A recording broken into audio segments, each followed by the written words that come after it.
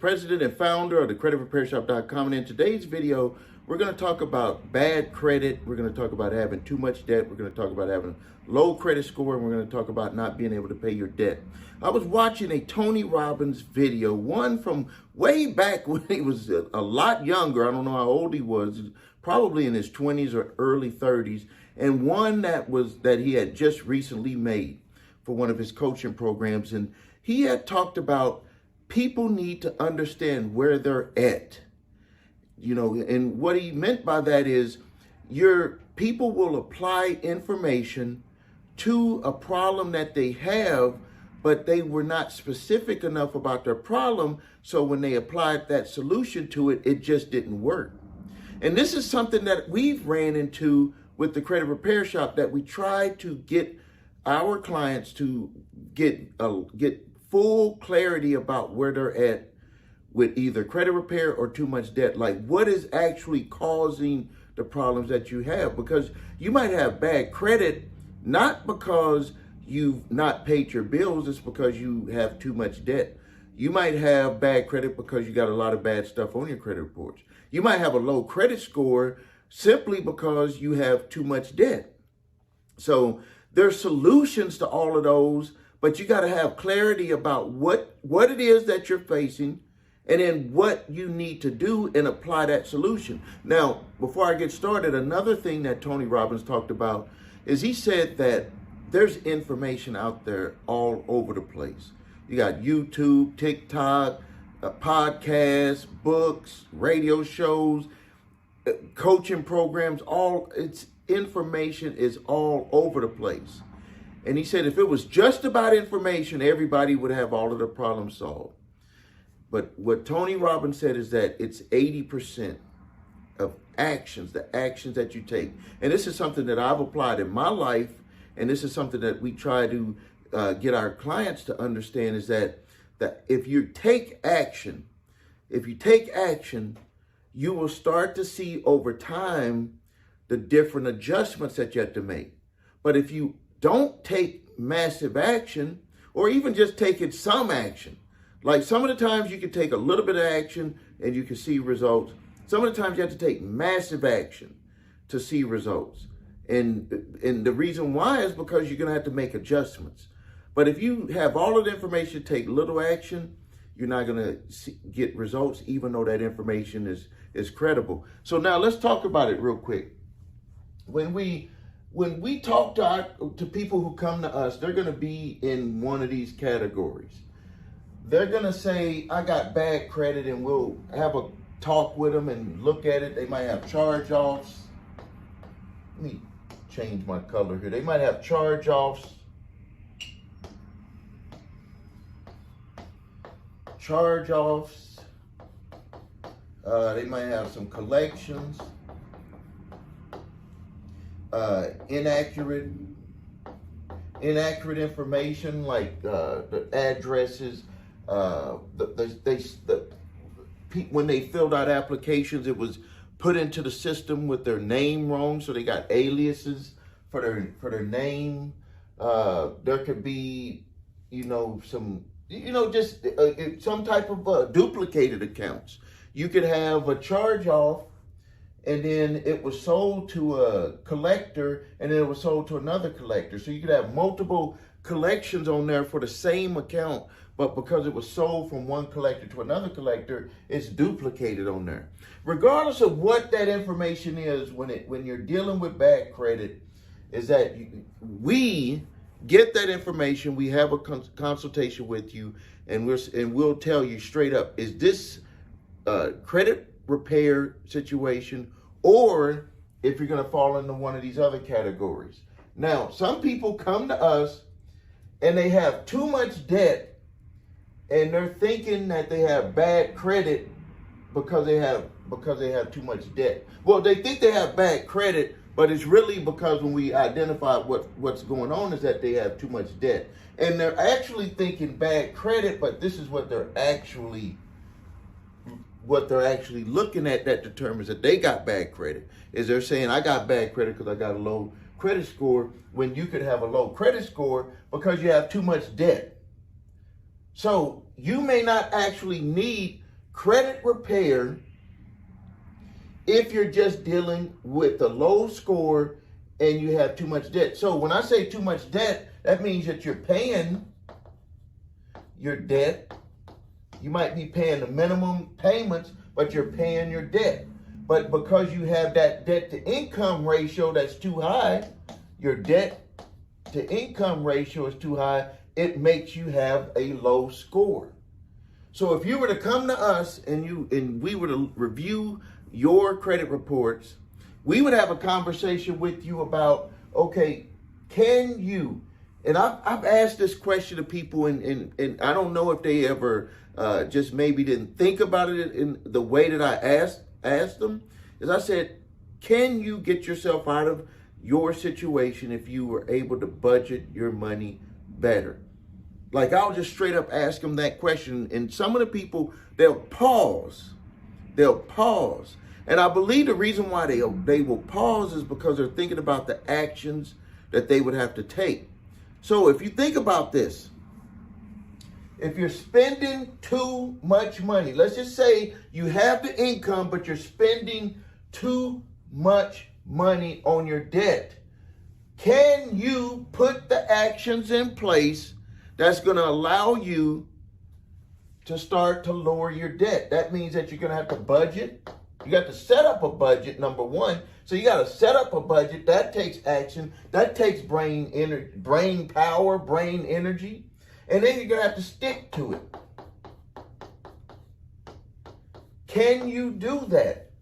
Can you do that? Because when we look at what most people, I won't say most, but what a lot of people, or let me restate it, what people who find themselves in a situation where they can't pay their debt, which we're going to talk about over there, but people who find themselves where they have too much debt is because they can't stick to a budget. They can't stick to a budget, and they won't even put together a budget. So they don't even know, they don't even understand how much money they have going in, how much money they have going out. The easiest thing that you could, well, I won't say the easiest because it's going to take some work. But what you have to do is you have to write down your expenses. I do it on a spreadsheet. And I think that there's a link below this video where you can get a spreadsheet and you can just put all of your debt in there, and then you'll be able to see how much money is going out. And then you can compare that with the amount of money that you have coming in, your net income coming in. And another strategy that I tell my clients to do is just for a couple of weeks or a month, depending on how much stuff how much many transactions you make, is just put everything in an envelope, all of the stuff that you pay. Just get the receipt. They always say, do you want to get a receipt? Say, yes, I want a receipt. Put it in an envelope. At the end of a week or 2 weeks or 3 weeks or a month, add up all of the stuff that you spent money on. That's going to be what that's going to be is all of the extra. That's where you're going to find where all of your extra money went to. Now, your regular bills, you're going to know, hey, I got to pay my mortgage or my car note, credit card bills and all that. That's going to be easy for you to put together. You're trying to find, where is this extra money that you're spending? Where is that going? That's a good way to do it. But if you have too much debt and your scores are low, these two will, this causes this. So if you say cause and effect, too much debt can cause you to have a low credit score. And then you got to remember, if you have a low credit score, what makes you have a low credit score is if you're using too much. So you got your debt to income, and you always wonder, how do they know my debt to income? When you fill out the applications, they know how much money you make.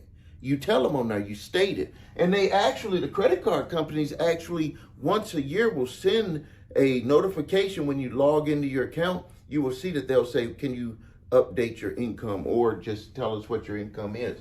Now, also, because you have too much debt, what most people will end up doing is they will end up paying the minimum payments.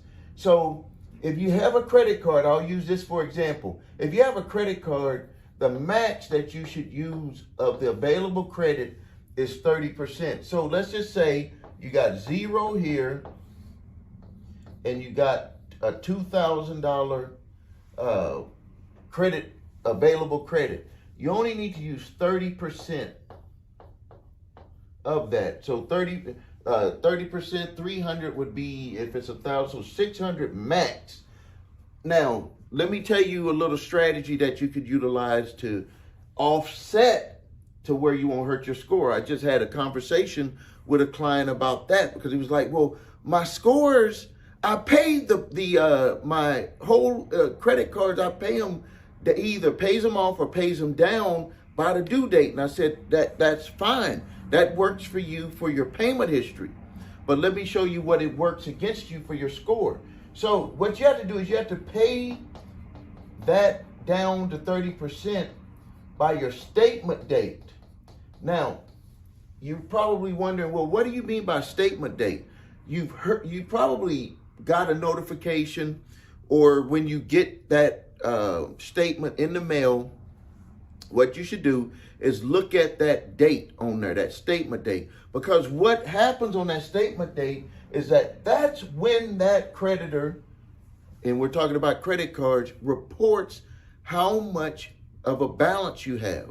So even though the statement date is 10 days, or it could even be longer, before your due date, so if you pay by the due date, you're good with your payments.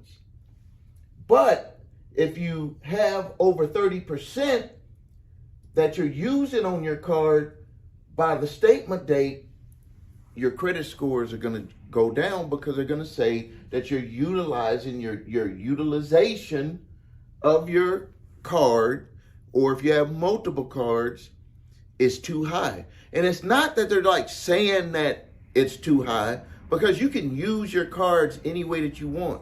But if your focus is on a low credit score, which this client was focused on, he was like, why are my scores doing this? I'm doing everything right. Well, you're not doing everything right.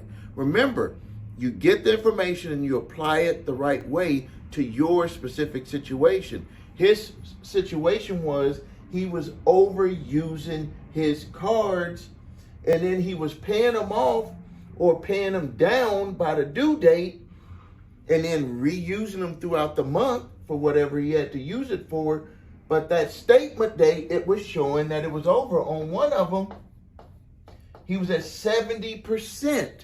70%. Now, another thing that comes to mind too, that you got to be very careful on, is when you get those secured credit cards and they have the low balance amounts, because maybe you gave them $300 or $500. You got to be very careful. Yes, they're building you up to where you can have some type of history, so you could get that either transformed over to an unsecured card, or you'll be able to qualify for an unsecured card.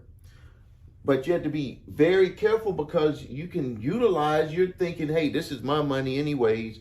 But you got to remember, if you got a $300 secured card and you use 150 of it, you're at 50%. And that's not even a lot of money. You know that you would be able to just pay that off, and you probably are paying that off.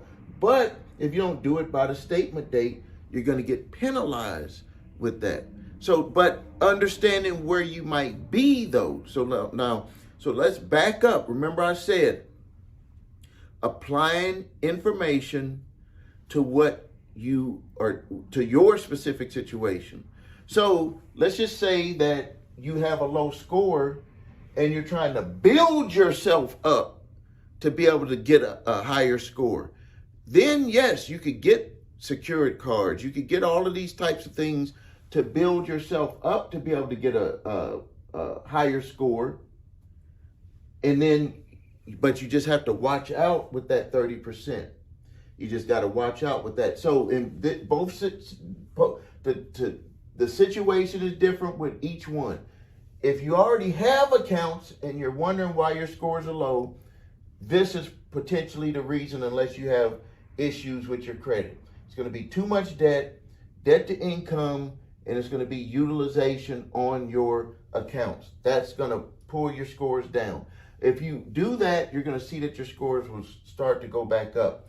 If you have too much debt and you're thinking, hey, I need to get my scores fixed, you're going to need to, And this is if you're paying all of your bills, you're not messing up on anything, you got to budget your money, and you have to stick to it. That's the actions that you're going to have to take. If you have bad credit, you got charge-offs, collection, inaccuracies, you're going to have to work on all of this stuff and potentially work on this stuff at the same time, depending on your situation.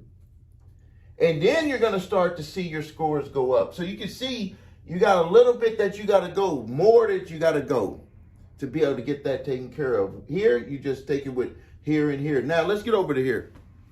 You can't pay your debt.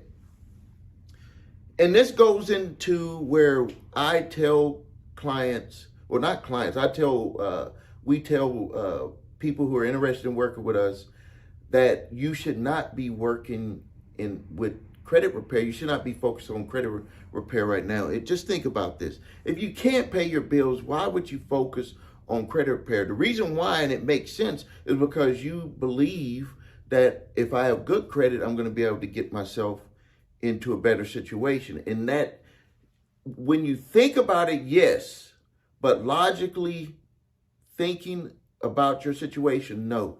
If you cannot pay your bills, cannot pay your debt, you need to figure out a plan to be able to pay your debt. You need to focus 80%, remember that 80% that I talked about? You need to focus on what you got to do to pay that debt, to be able to move forward. So the strategies that I talk about is first determining where you're at with your situation. Like, are you just where you flat out lost your job, medical situation, something happened, something in your life, a life event that affected everything? Well, then one potential solution could be hardship. Now, I'm the one that really put this out there about what people are able to do with a hardship, and it's called a hardship consideration. That's where you get, you write out a letter to your creditors or debt collectors, whoever's coming after you, and you're letting them know about your life event and that you're not going to be able to pay them, in hopes of getting them to write a 1099-C cancellation of debt for your situation. It can happen, but now let me tell you, that 80%, you're going to have to put a lot of 80% into getting this done, because just think about it. If somebody owes you money, are you going to just, take what they tell you as 100% true, unless you know them and you know what they're experiencing? Yeah, maybe. But these people don't know you. All they know is that they approved you for money and that you didn't pay them the money back. So they're going to be skeptical about everything that they do with you, everything that you say to them. They're going to be focused on, hey, how do we get the money? But if you get them into the mindset of understanding what you're going through, that's going to take a lot of action. It's going to take a lot of action. It could potentially take a lot of back and forth to be able to get that done. The next thing that you need to understand, if you can't qualify for hardships, then the next thing you need to look at is moving towards settlements. That's where you could go with each one of your creditors, where you could open up negotiations with them and let them know what your situation is. And then you can, just have that conversation about what you're going through, why you're in that situation, and then you can offer settlements to them. Now, when it comes to settlements, the main thing that they're going to be looking at, depending on what creditor it is that they're either going to look for a lump sum settlement to be able to settle it at a discount, or you're going to have to make payment arrangements. And some of the times, depending on the creditor or the debt collector, will determine on if they will accept a settlement amount with payments. Most of the time, they're going to want to get it in full, because there's no incentive for them to give you a discount on the settlement if you're just going to make payments. Now, understanding your situation, though, if you have to get settlements to be able to hold them off, because they can, take you to court, they can try to sue you, and you may not want to have them sue you, get a judgment, and then they're garnishing your wages. When you approach them early at this stage, that's going to put a lot of the power in your hands to be able to try to negotiate either a good settlement, if you can afford to do that, but also a payment that you can afford, because if you don't do it, they're going to usually get the garnishment, and that's going to be 20 to 25%, depending on the state that you live in and the amount of income that you make. So that puts the ball in your court. Potential things that can still happen is that they can take you to court to try to get the money. And usually that's going to happen if you don't have any type of communications open with them.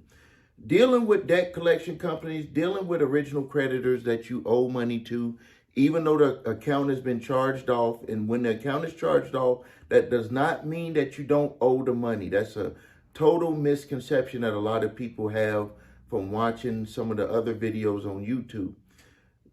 If it's a charged off account, all they're doing is taking that off of the performing accounts books.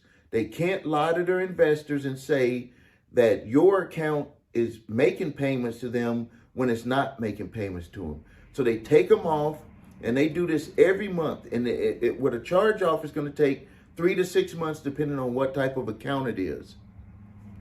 And then they're going to put it into a non-performing accounts, in their accounting department. And then they're going to either come after you for that debt. They're going to hire a debt collector and try to come after you for it. That debt collector could potentially take you to court if the plaintiff, the original creditor, wants them to do that. Or they might package it up and sell that debt. And when they do that, it could take up to a year. Sometimes it could take up to 2 years. You can actually call the original creditor and they won't even be able to take a payment from you because they don't maintain their account anymore. And if you do run into something like that where they've sold the debt and you had that charge off in your credit reports, what we tell people to do is to write to them to get that either updated on their credit reports as paid, or to get them to remove it. So either one of those will work in your favor, because if they sold it to a debt collector, then technically they have taken a payment on that. But back over to here. So if you can't pay your debt, hardship, if it's a provable hardship, what I've seen work the best is a financial and medical hardship. Even if they don't accept your hardship, you're still opening up the door for negotiations. You're keeping the communications open. And usually when you keep the communications open, they're not going to try to move forward with trying to sue you. Or they might file a case, but they'll just put it on hold and try to work something out with you. If you take the initiative and you start to talk to them about, hey, this is the amount of money that I can pay as a lump sum, if you have that available, or if you have an amount that you want to offer as a payment, so you don't have to worry about them getting making a payment arrangement with the court that you can't really afford. This gives you the power to be able to take the initiative to get a payment arrangement that you can afford, and then you have to stick to it. So once you worked out what you got here, then that's when we suggest that you come to us to start working on your credit. So if you can't pay your bills, can't pay your debt, it's going to be hard to pay us to do your credit also.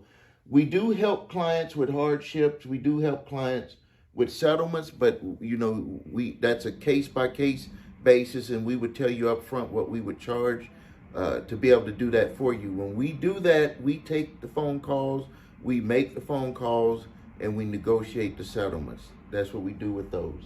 So if you need help with your credit, please visit us at creditworthiness.com. Watch the video, What Makes Us Different, so you can see my 8-point validation process and my 2-phase settlement process. If you need your credit reports and scores, go to the website 3scores.com to grab your TransUnion, Equifax, and Experian credit reports in all 3 scores. If you have debt collectors coming after you early in the game where they've bought your debt and they're sending you a letter like the one that one of my clients just sent me, this is when you want to do the debt validation. This is called a dunning letter. If you attack a debt collector early when they send this letter, you can stop a lot of collections. If you don't attack this initial letter, they're required to send this to you. If you don't attack it early and you don't do anything about it, even if the debt is not yours, the way that the law is written, when you don't respond, that means that you did acknowledge that the debt is yours. So you can look this up for yourself in the Fair Debt Collections Practices Act and the Fair Credit Reporting Act. It states when the debt collector sends you the 30-day dunning letter, that's what it's called. If they're working for the original creditor or they purchased the debt, it doesn't matter. They all have to send you this letter. If you don't respond to it, that debt collector is going to be able to put that information on your credit report. So if they're working with the original creditor, they're going to put the information on your credit report as a collection through their company. So now you just hurt your credit with two marks. You got the charge off, and now you got the debt collection company's information on there. If they purchase the debt, the same thing.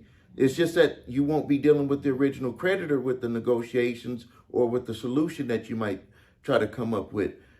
You're going to still get hit two times. You're going to have the debt collection company's information on there, and you're going to have the original creditor's information on there. But you can stop a lot of this, especially when it comes to dealing with third-party debt collectors, is by simply sending them a letter that I'm going to give to you. So at the bottom of this video, there's a link. Grab my 3-pack of letters. Statute of limitations letter for debt that is past the legal statute of limitations to collect. And the statute of limitations starts from the last payment, not from the charge-off date.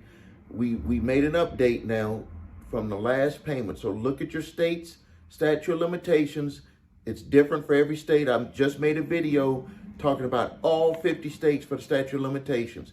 From that last payment date to where it is now, if it's past the legal statute of limitations, you only need to send that one letter. There's no debt validation that is required.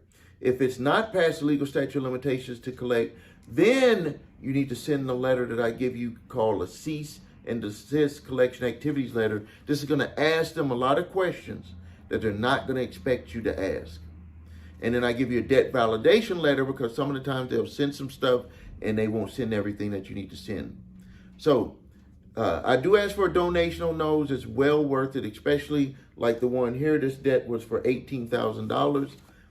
This could, by using that letter, could simply get that debt collector to stop coming after them because they don't have all the information. And right here, it specifically states that they're doing a debt validation, or if you request a debt validation, if you request it, they will do the debt validation. So I'm giving you the information to be able to do that. Thank you for your time. Please subscribe to the channel, post your questions and comments. It's Stephen A. Williams, president and founder of the creditrepairshop.com.